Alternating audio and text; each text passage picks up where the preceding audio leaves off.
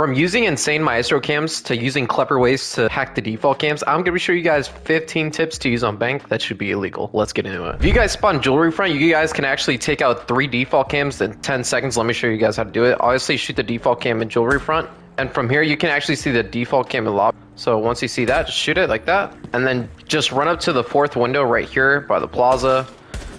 And you'll take care of the camera that covers top square. Instead of having a drone in lobby, what you guys can do is you guys can run 0 and just put a camera. A lot of times defenders are not going to really see this camera because it's kind of hard to see in this huge room. But regardless, instead of having a teammate watch the drone in lobby, you guys can just go back and forth with the 0 cam. If you guys want to have a camera placed so you guys can watch the flank from square, you guys can. Just put a 0 cam right here on this panel. Putting it right there is going to conceal it better, and you can see all of top square eventually and bottom square as well. If there's any defenders hiding in tellers or coming from kitchen area. If you guys like going Bravo a lot, you guys can just spawn by the parking front. If defenders are playing basement, you can easily just hack the default cam in basement just by using the drone hole right here. Just make sure there's any defenders watching this drone hole, and you can hack the default cam right here. And this, you're already going to have access to the default cam in basement if they're playing downstairs. Now I'm going to be showing you guys some evil eye spots you guys can use with Maestro. If you guys want to put one in top square, you guys can. All you really have to do is just jump on this couch right here. You guys can actually put one on this column right here. Put it as high as you possibly can go, like this. And in order for the attackers to not destroy it and melee it, just destroy the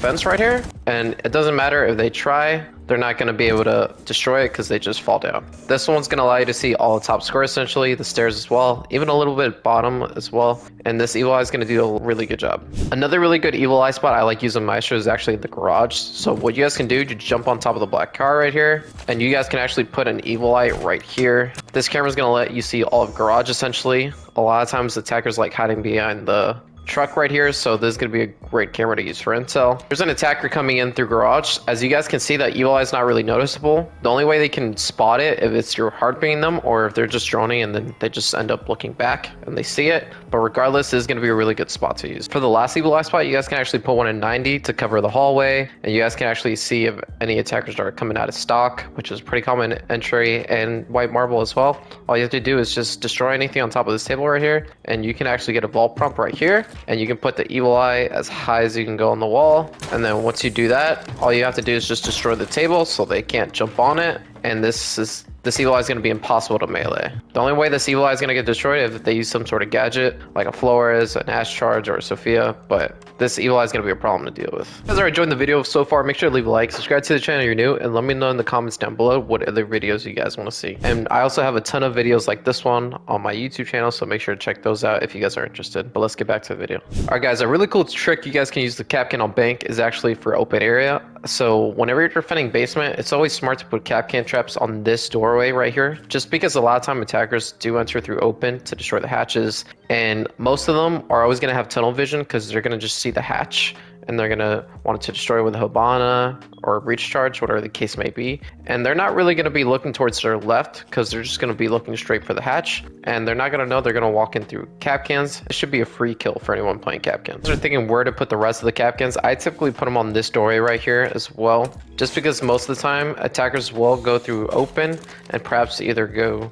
towards blue and push server, or they'll push main stairs right there. If you guys want to put Kapkans on this doorway, I suggest put them here. Don't put them on this side because it's just going to be easier to spot. Instead, just put them on this side. It's going to be harder to notice. If you guys want to play second floor, and like I said earlier, you guys are defending basement, obviously attackers probably will come in through the window by open, so you guys can just make a hole above and play vert technically. And a lot of times attackers will just run open just to make sure it's clear. They're not going to be looking for holes on the ceiling, so this should help you guys get a kill if there's anyone walking along this area right here. So the next trick, I'm going to show you guys 2 yokai spots you guys can use for second floor. So I always use one for top square. I typically just put it in the corner right here. I like using this because attackers are always going to push top square, and this camera is always going to go up pretty fast. So this is another source of intel you guys can use. And sometimes what I also like to do, I just make a punch hole like right up below the head holes, because most of the time if attackers push the doorway, they're going to be focused on the head holes, and you can actually use this to get a kill once they swing out the door.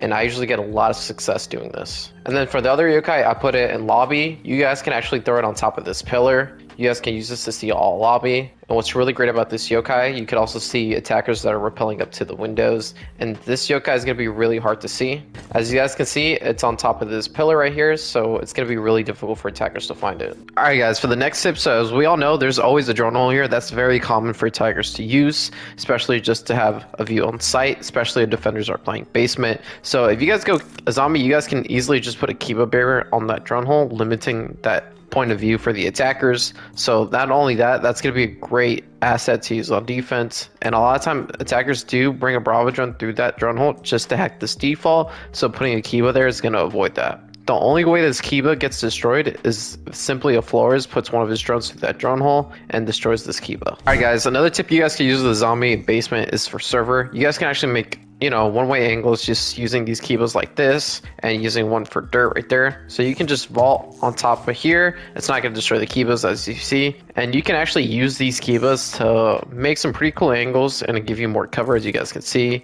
You can use whichever side you want. Same thing for the stairs right here. You can use this side if you want, this side as well. And this really goes good with a Wamai or a Jaeger if you put ADSs or discs somewhere here so they don't throw stuff. And a lot of time you'll typically have a shield player playing this as well, so that's just going to do a really good job of protecting you guys. Obviously just make sure above, if you guys are going to open the hatch, you have a defender playing above to protect you guys, but definitely try this out if you haven't. The last 3 tips, I'm actually just going to put Banshee spots for you guys. You guys can actually put one in garage like this. Put it right here behind this wooden plaque right here. This is going to allow it to conceal it from itself, and then any attackers that are trying to push up garage, the Banshee, it's going to set off obviously, and you guys can use this an advantage to be able to swing and kill any attackers in garage. The second spot you guys can put a Banshee is actually in stock, just like this on top of the desk. This Banshee is going to cover both the double windows and this whole entire part of the room, so whenever attackers jump in, it's going to set off the Banshee, and just putting it there, it's going to conceal it better. They're going to be looking at the ground immediately for it,